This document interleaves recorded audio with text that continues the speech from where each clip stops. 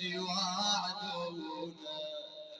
كأني بأبي الفضل العباس يرد على أخته زينب عليها السلام، يقلها يا حزام ظهره وضوى عيونه وضوى عيونه، والله شلون على وقتك يا محزونه، أنا بالشدة أعوف حسين وأخونا، خويا هذا اليوم رج الكون دونه، والقوم أخيت يعرفونه.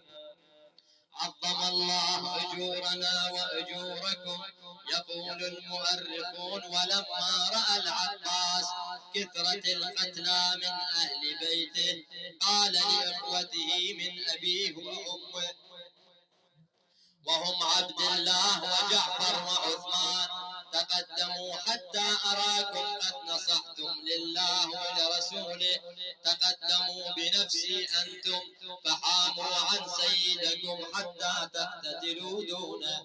فتقدموا جميعا فصاروا أمام الحسين يقوموا بوجوههم ونحورهم، فكان أول من برز منهم عبد الله بن أمير المؤمنين، وقاتل قتالا شديدا حتى استشهد، ثم برز بعده جعفر ثم عثمان، وجدوا في القتال حتى قتلوا رضي الله عنهم أجمعين. عظم الله أجورنا وأجوركم. ولما قتل أخوة العباس الثلاثة بين يديه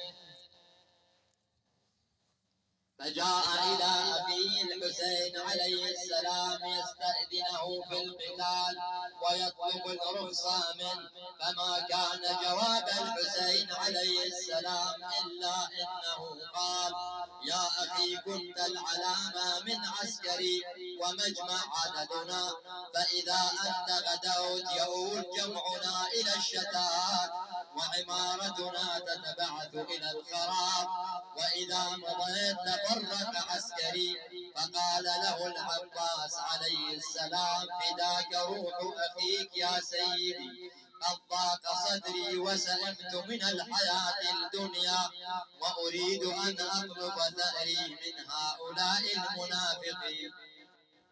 فقال له الإمام الحسين: إذن فاطلب لهؤلاء الأطفال قليلا من الماء. فذهب العباس إلى القوم